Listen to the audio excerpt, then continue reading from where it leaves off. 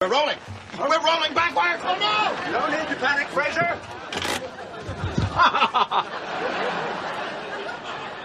We rolled back into Idaho. Follow me. 10 seconds. Let's look alive. Damn, this foil. You can do it, Fraser. Relax and focus. 3, 2, 1. Ah, ha, ha. Aha! We made it! Happy New Year, Happy boys! New Year. There we are. Well, if you ask me, this beats a dull party. Yeah. Family and good champagne and a blanket of stars. Here, here.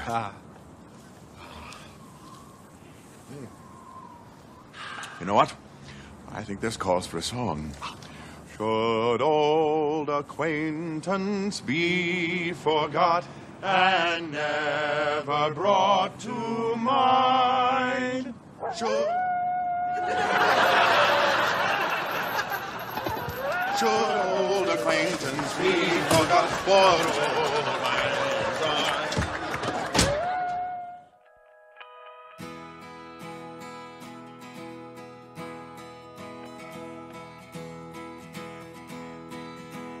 It's 16 miles to the promised land, and I promise you I'm doing the Hey, best everybody. I It's The Wrestling Life. This is episode 324. Happy New Year to everyone. I'm Liam.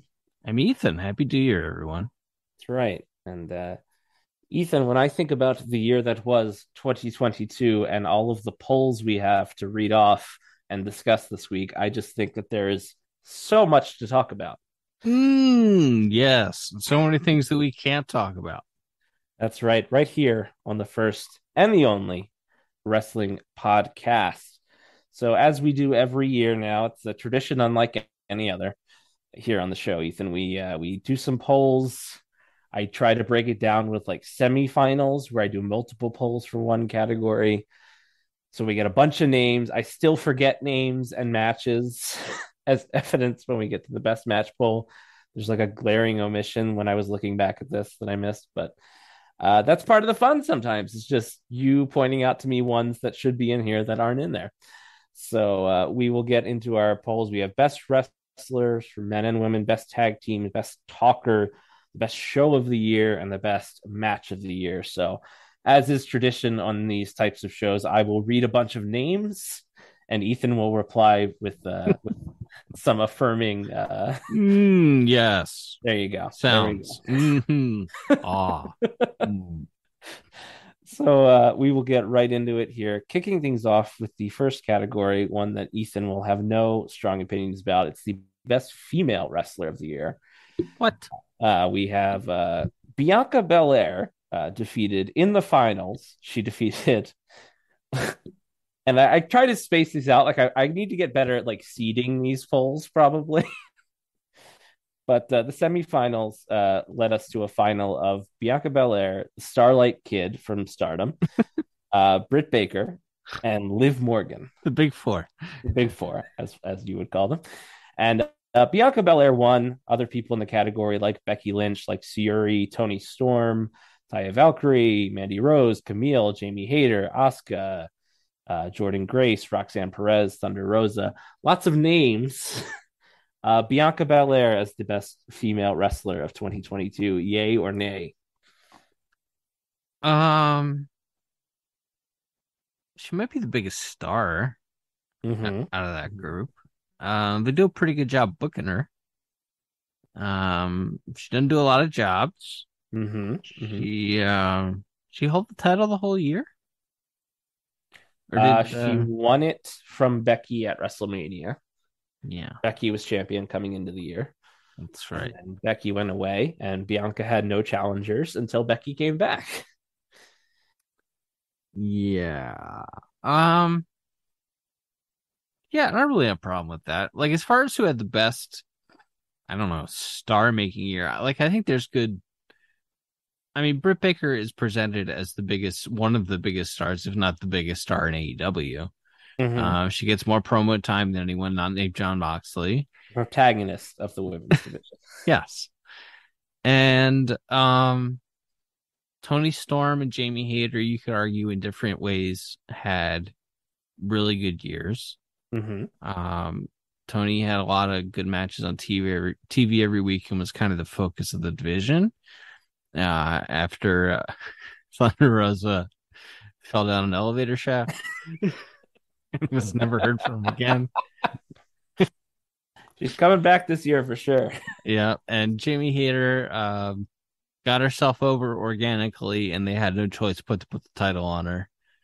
And I don't. You could maybe argue with the timing, but you could not argue that the people had decided that Jamie Hayter was their champion, Mm-hmm. and they reacted accordingly. So I really wouldn't have a problem with either of those choices either. But Bianca's a fine choice. Yeah, I think in Bianca's case, it does come down to an extent with strength of opponent, and they did not have a lot for her other than Becky, and I think they did a three-way with her and Asuka, and then obviously Bailey came back in the end of the summer, and I was underwhelmed by their series of matches. But She's been stuck in like this trios feud with Damage Control, yes, who are largely a jobber stable. yes, They do a lot of jobs. they do. So I don't know if she was positioned to have a lot of like knockdown drag out classics. And to your point, she wasn't even in like a singles feud. So um that might be more the company she works for letting her down. But yeah, I think Hater deserves a shot. She had a lot of good hard hitting matches, and as far as like someone that maximized their minutes on television comparatively to the time that like someone like Bianca or Becky or Liv Morgan got this year, I think Jamie Hayter or Tony Storm would be good shouts too. But Hey, overall, the people really like Liv too. And mm-hmm, then there are people that really like her for the wrong reasons, I think. mm-hmm, I because think she looks they're like a sexy baby. look, I'm just her gimmick. There's like a music box in her, a lullaby music box Mm-hmm, in her entrance music. She her gimmick is a baby. She's a baby. And then she like has zippers in very suggestive places on all her gear. And it's mm-hmm. like, well, what is your gimmick? Your gimmick is you're a sexy baby. Right. Like that. And Before then that was a line in the very popular Taylor Swift song. I listened to that album all the way through once, by the way. Oh Uh, yeah. yeah, just because it's December is the lawless month on Spotify, and they don't collect data for your Wrapped Uh-huh. in December or January, I think.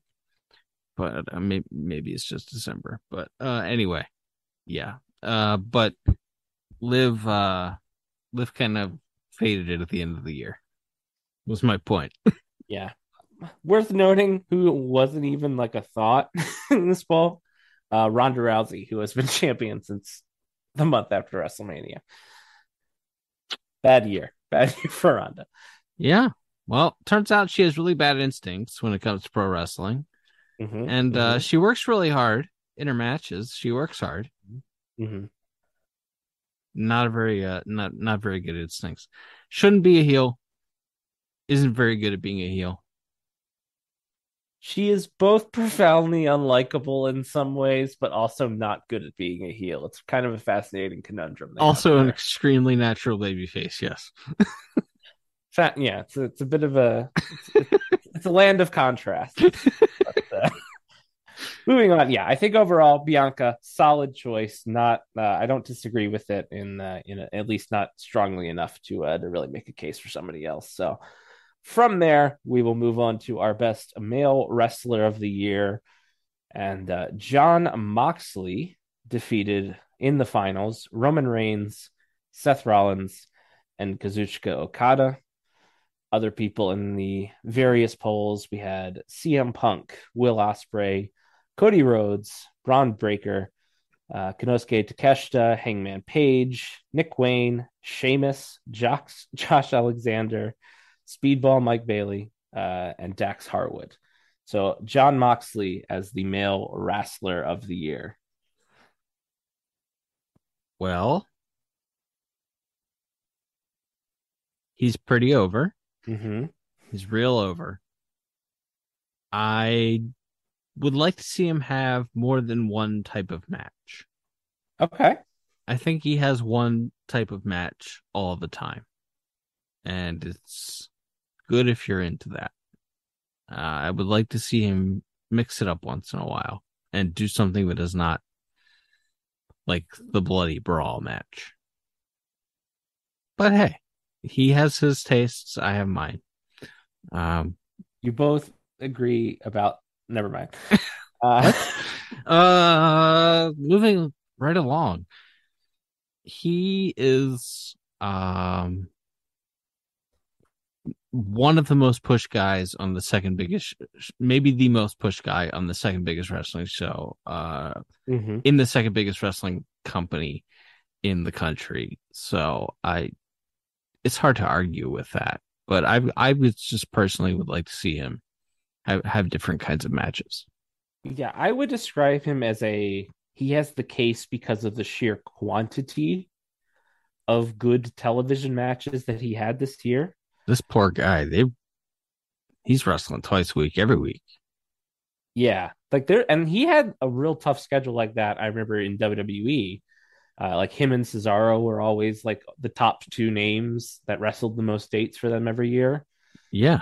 And by far, I mean, when he was the interim champion over the summer, he was basically wrestling on every on every TV. And as you said, they started doing a lot more live rampages this year. So Yes. he'd work the Wednesday and the Friday.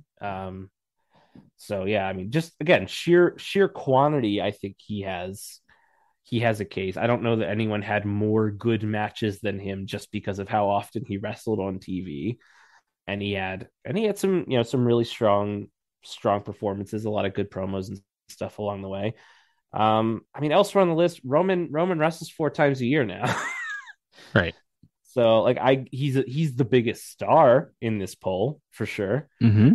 And he's a presence when he's on television, and he and Seth had a good match at the Royal Rumble that had a terrible finish. Mm-hmm. But there aren't a lot of in-ring performances from Reigns this year. So I understand why he would make it to the finals, but I also understand why he wouldn't win necessarily. Sure. Okada, he had good to great matches with the same people he's been having good to great matches with for a decade now.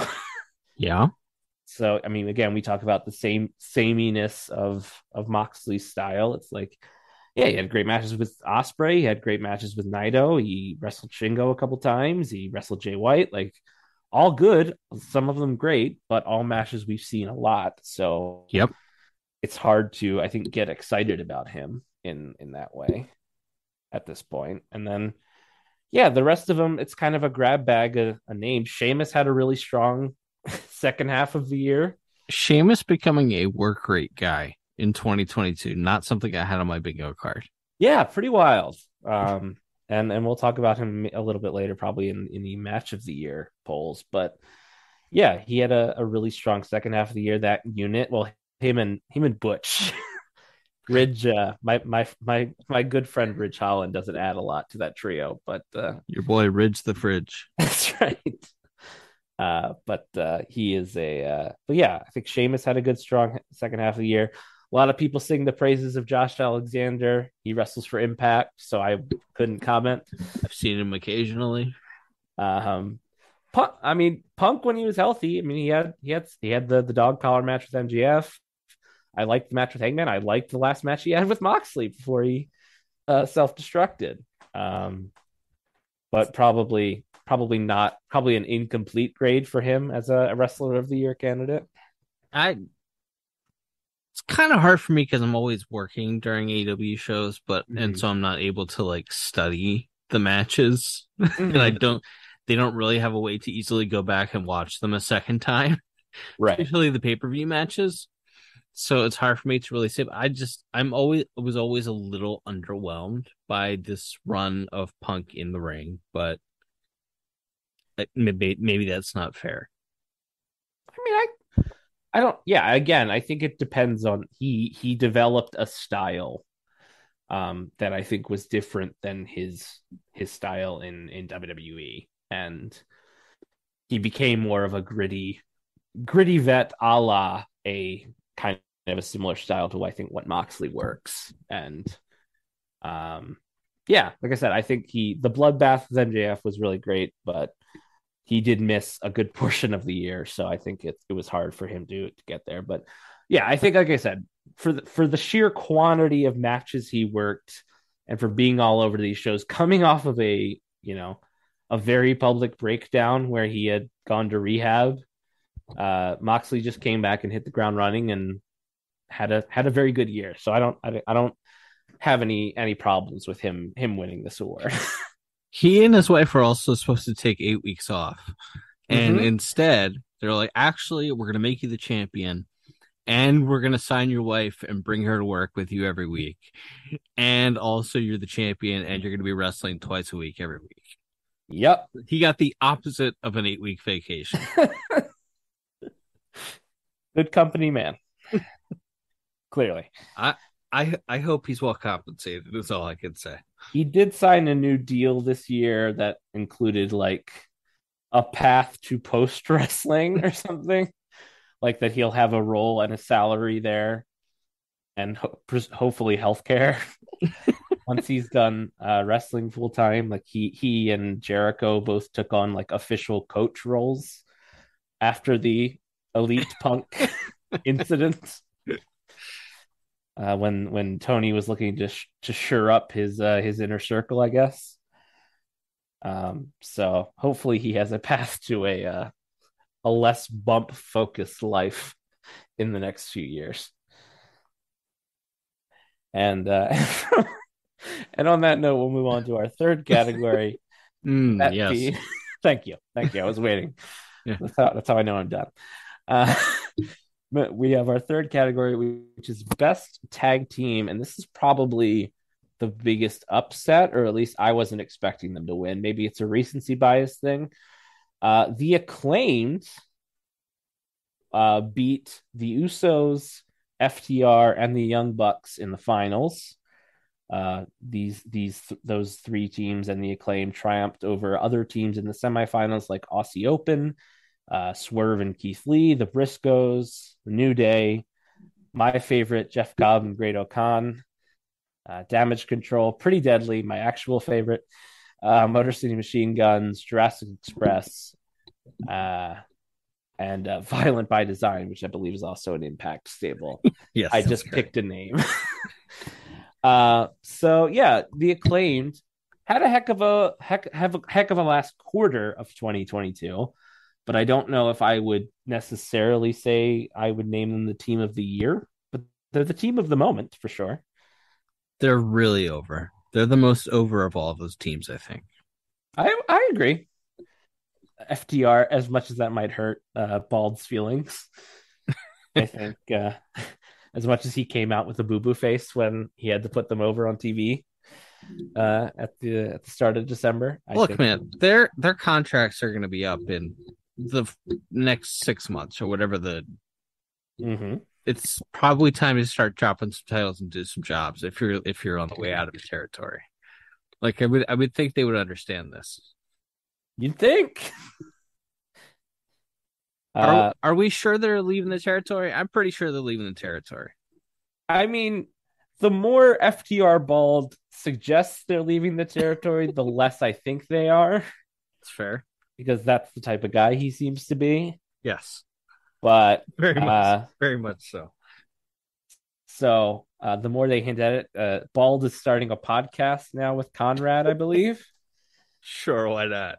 So that does seem to be a nice pathway to get back to WWE if that's what you want to do. Who among us hasn't tried to start a podcast with Conrad this year? But I don't know. Like I said, I feel like the Acclaimed they came on so strong towards the end of the year. To your point, they are by far the most over of all those teams. And they did have good matches. Match with FTR that we just talked about. The 3 matches with Swerve and Keith Lee were all very good. They did a lot of entertaining TV with the guns, and that's the other thing too. They got really over doing like opening match comedy shtick. But then when it was time for them to wrestle for the titles, and you maybe would expect the crowd to not be that interested because they weren't doing the haha, the crowd was really into the idea of them ascending. So Yeah. maybe that's a credit to them as an act. Even Jim Cornette likes the Acclaimed. Wow. He's like, yeah, they do silly stuff, but it's like silly stuff within within a serious framework. And when it's time to be serious, they're serious. But it's like, they're it's he likes the Acclaimed and the Guns. I can see him liking the guns for sure.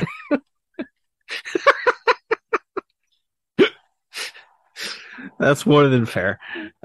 Yeah, anyway, I was just pointing that out. Like, I definitely think, as a man of the people, I see how the people voted for the Acclaimed, is what I'm saying.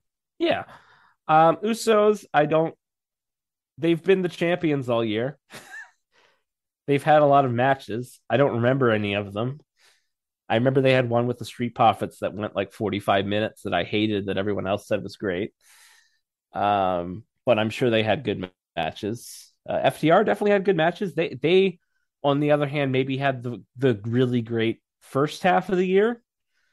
They had like the Briscoes, that first Briscoes match, and then like 4 days later they had that Young Bucks match on TV where those dastardly Bucks who refused to put them over clean in the main event of Dynamite. And then FTR had a strong first half. The Bucks were around until something happened around the end of August. I can't quite remember. But they briefly because Jeff Hardy did Jeff Hardy things. Yes. They had to switch the belts from Jurassic Express to them so that they could then lose to Swerve and Our Glory a few weeks later. I really liked Swerve and Keith as a team, especially when we got to see them live when AEW came to Baltimore in May of this year, I believe. I really enjoyed them as a team. Just thought it was a really cool act. So maybe they'd get my vote just because of the personal touch of me having gotten to see them live and feeling like I really got that act when I saw it live. But hard to argue with the Acclaimed, I think, as a top act and as the tag team of the year. Yes. All right, that means we're done. Moving on to category number 4, we have the best talker. And I think this was kind of a runaway and an obvious winner here. Sami Zayn in the finals defeated MJF, Eddie Kingston, and Kevin Owens. Elsewhere, there was in the categories, there was Jay White, Chris Jericho, Pretty Deadly, who might actually be my pick, Becky Lynch, Bray Wyatt, Christian Cage, CM Punk, Street Profits, John Moxley, Roman Reigns, Britt Baker, and Cody Rhodes. Sami Zayn as a talker, or I guess non-wrestling performer. I never know quite how to phrase this, of the year, but I put it as, I think, best promos or interviews of the year. And Sammy won. I got that's fine. He was a good character this year, but to say that Sami Zayn is a better promo than who were just the 3 in the finals there with him, Kevin Owens, MJF, and Eddie Kingston. I mean, he's not as good a promo as Eddie Kingston or MJF, and it's probably a matter of taste whether you think he's as good of a promo as Kevin Owens or not. So, he's the best character, best promo. Nah. Mm-hmm. Yeah, I think that's fair. I love me some Cody Rhodes, man. The man just refuses to be boring. And even though we did miss him for the second half of the year because of the pec injury, we've talked about and will talk about. Oh no, this show airs after that one. We've talked about Cody's weird final promo in AEW recently on the show, and then he was the baby face. He was going to win the world title for his dad because he's never won a world title, and his dad never won the WWF title. Right. So he wants to win the WWE title for that reason. And he managed to not be completely boring despite having 3 straight pay-per-view matches with Seth Rollins. So I might give Cody a nod just for being able to stick out in the mundanity and sameness of WWE television this year. I think deserves maybe a special shout out. There was a week or two there where I think they had him doing stuff with the Miz, where it was like, oh boy, he's quickly becoming just part of the cast of characters. Mm-hmm. But then he got hurt, and not being on their TV, very good for you. As far as being over, that is a good thing. Yeah, I mean, again, Moxley cut a lot of good interviews this year. Punk as well, I thought had some very strong interviews this year. If you like low hanging fruit, Christian had some funny bits there where he was making fun of Jungle Boy's mom and stuff. Again, and then you have like the Romans and the Brits who are always talking on their TV shows and have are good characters and have a star quality to them, but Jericho as well. But I wouldn't necessarily say any of them. If the point, as we have often talked about on our show, is got me excited to watch them wrestle, I would probably give this to either Cody Rhodes or maybe MJF. And MJF and Punk did some really good promos leading up to that dog collar match. So probably one of those for me. All right. And from there, we will go to the best wrestling pay-per-view or show of the year.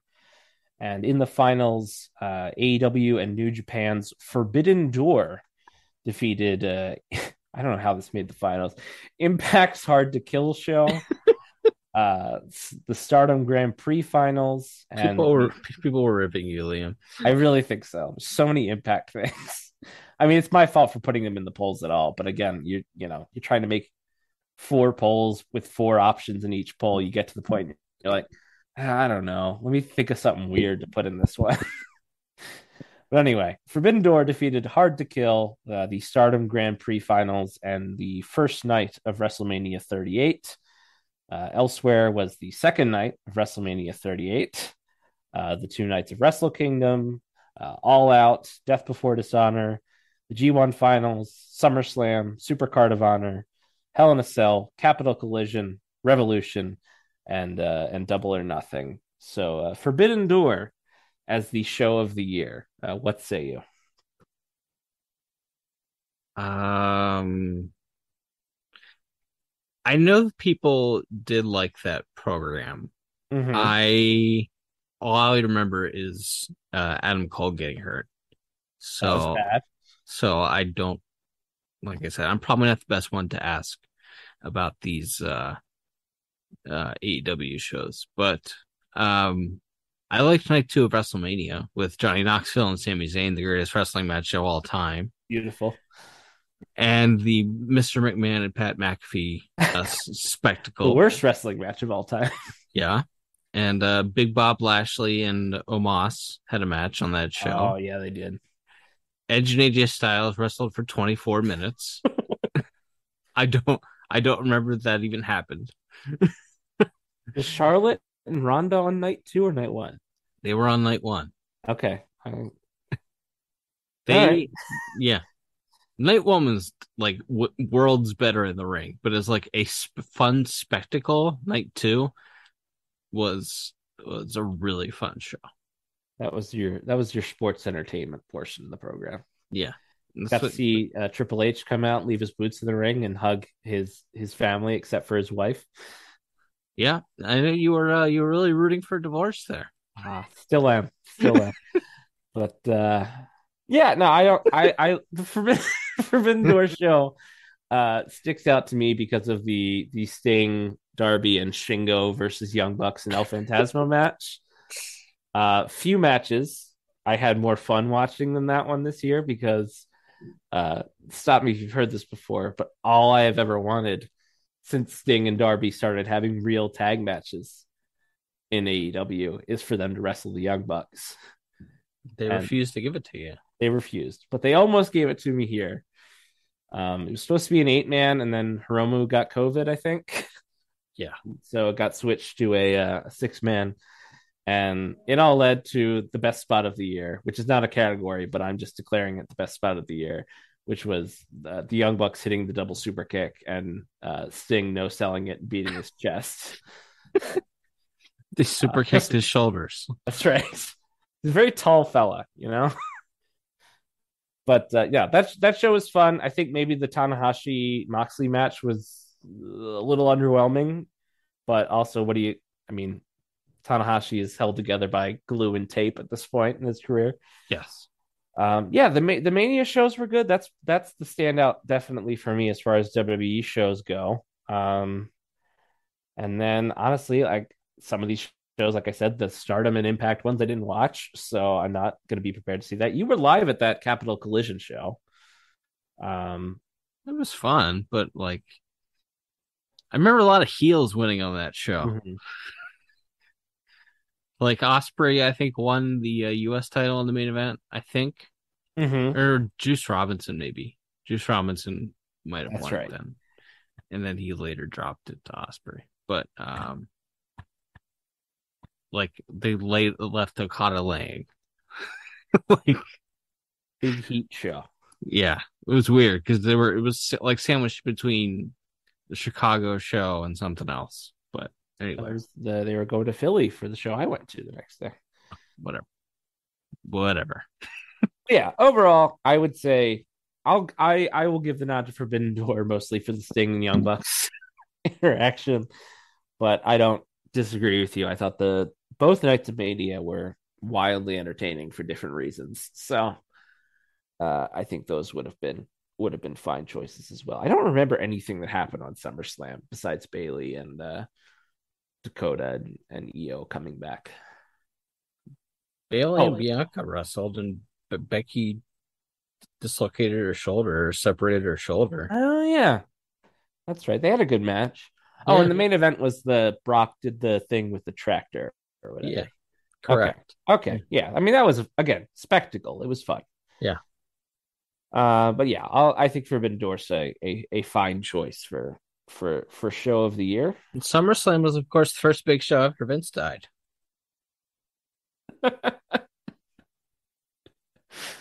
Yes, they did a 10-bell salute, I believe. Yep. And and then celebrated his memory by having a bulldozer. Yes. upend the ring. It's what he would have wanted. It is. And then they got a Mattel toy out of that eventually. So all right. Perfect synergy. Mm-hmm. And moving on to our final category here. We have the best match of 2022.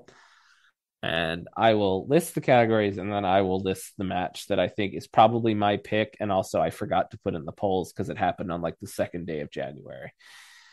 So Cody Rhodes versus Seth Rollins in the Hell in a Cell match, defeated in the finals. Sheamus versus Gunther at Clash at the Castle. Acclaimed versus Swerve and Keith Lee from All Out.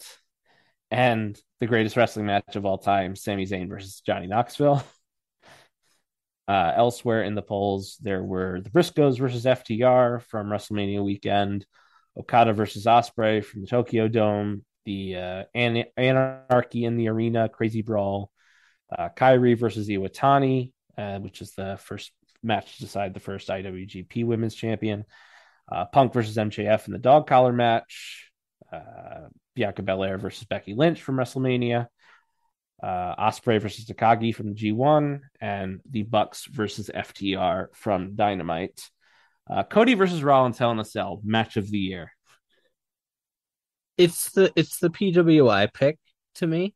It's like it's the match I remember the most from the year. Sure. So in that it's the match of the year the way Hogan and Rock at WrestleMania 18 was the match of the year. Okay. Yeah, I like that. I think that's fair. Yeah. It was very compelling. It's probably it's the second best performance maybe I've ever seen Cody Rhodes have in a wrestling ring. but it was great, and Seth was really good in that match. The way they worked it around Cody's limitations was impressive. And yeah, like you said, it was very memorable. So I don't think that's necessarily a bad choice. Boy, I had a lot of fun watching Sheamus and Gunther beat the crap out of each other, though. That was a hoot. No arguments. That's something different. Yeah. And as we briefly touched on in our best show of the year, Sami Zayn versus Johnny Knoxville. It's a miracle. Yes. I don't know how they did it, but it was great. The crowd was into it. They had all the other Jackass guys run in, Yep. and it wasn't terrible. Nope. They had big props, Yep. and it worked. Even the ones that didn't, like I think they had a big dick kicker or something. Yes. The big swinging dick kicker. I don't think that worked too well. One of But those. but even the ones that didn't work well worked. Michael Cole had like the greatest call of his career in that match. Yes, without question. It was incredible. It was a just magnificent piece. It was also like the best built match Yes. going into WrestleMania too. But it was yeah, it was just great. It built well because at first it's just kind of, Sammy bullying Knoxville, and then you start pulling out the plunder, and then the run-ins start happening, and then the some of the famous like Jackass stunt props start showing up, and then the finish is Sami Zayn getting trapped in a giant novelty mouse trap and pinned. Yes. Knoxville took it exactly the right amount of not serious in his promos. Uh-huh. And then when it came time to like be in the Royal Rumble or let Sammy give him a haluva kick directly in the face, he went full Johnny Knoxville and full Jackass and just let Sammy kick him directly in the face. It's like he was made for pro wrestling. Yeah. Yeah. I hope he comes back. Like, I don't know if he could top what he and Sammy did, but Yeah. Well, you can't top perfection in the greatest match in history. But but like even if it's diminishing returns, we should probably do it. agreed. I'm willing to chance, because I'm not someone who believes that like a sequel to something ruins the first thing if it's not good. So we'll always have this, the greatest wrestling match of all time. Right. But hey, why don't we try see if we can top it? See if we Why can do not? something more ridiculous. We peaked as an art form. We did. Accurate there. So that's the actual probable pick for genuinely. I just said this about the Bucks match, but bar none, no other match this year did I have more fun watching than that one.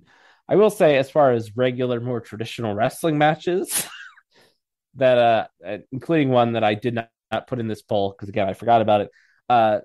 Hangman Page versus Bryan Danielson on like the first Dynamite of the year. It was like January 2nd.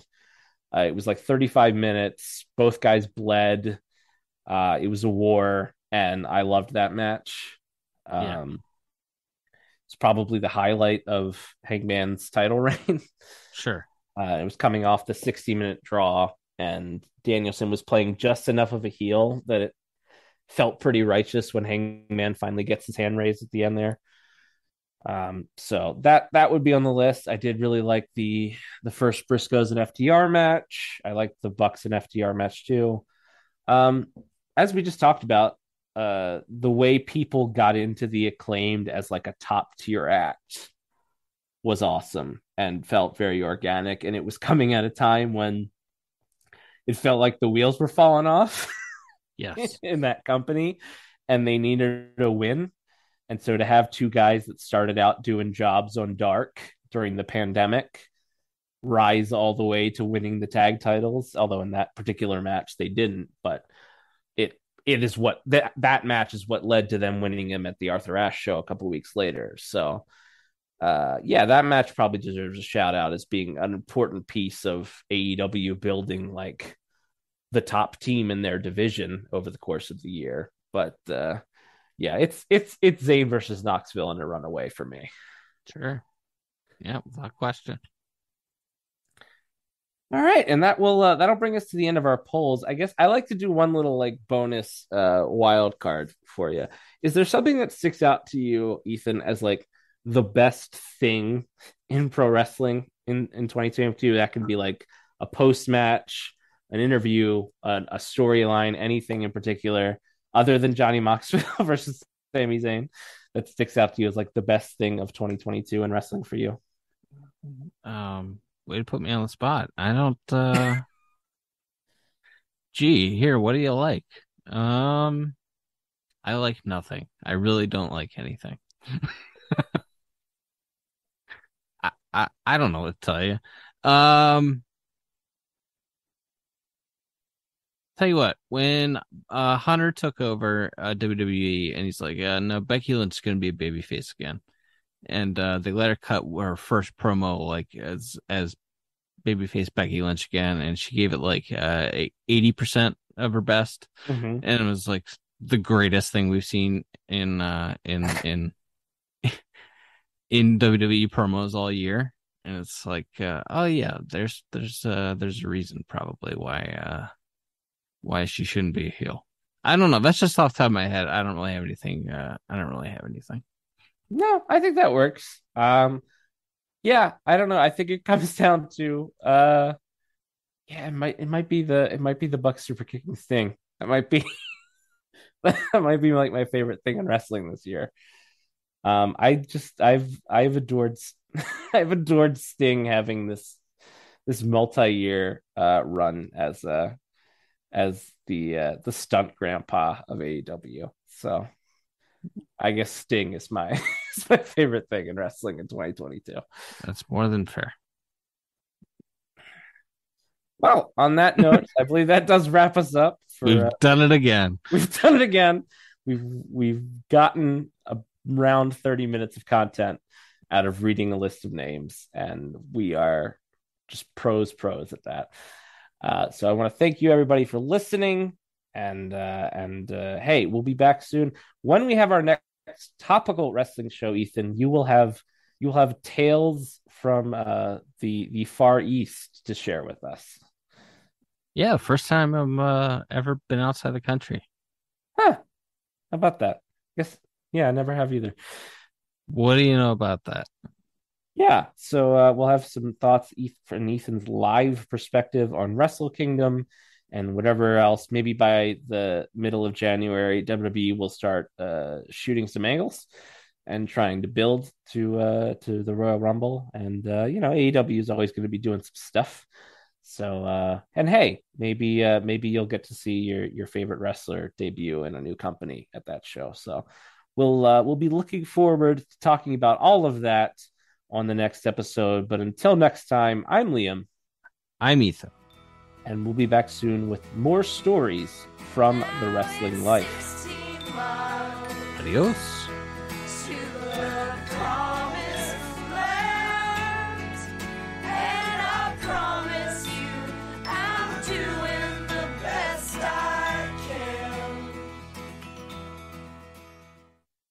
Thanks for listening. Don't forget to leave us a 5-star review on Apple Podcasts. Now, here are this week's bonus features.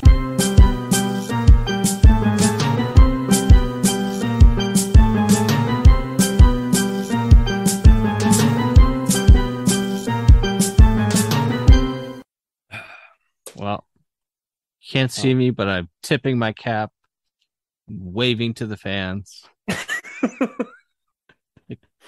You're asking them not to send you any more fan mail like Ringo Starr did that one time. Exactly. Just taking a curtain call after hit a game-winning home run. So, well, old chap, we've done it again. Oh, another win for the boys. Oh, Great. There's that tweet that came out last year, or at the end of last year. It's like, there's nothing that dudes love more than to sit around and remember some sports names. Yep. But that's what these shows are. Yep. Say some names, say some matches.